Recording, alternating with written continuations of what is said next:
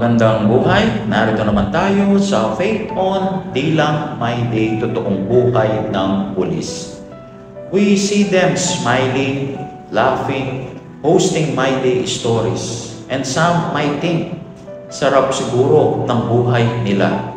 Pero kung alam lang natin sa likod ng ngiti, may puyat, pagod at mga laban na di natin nakikita.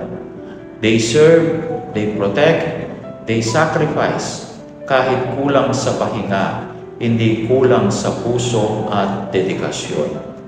Kaya bago tayo humusga, subukan nating makita yung totoong buhay sa likod ng uniforme.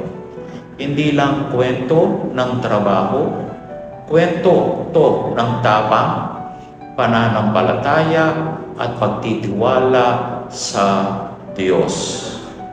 Come to me, all you who labor and are burdened, and I will give you rest. In Matthew chapter 11, verse 28.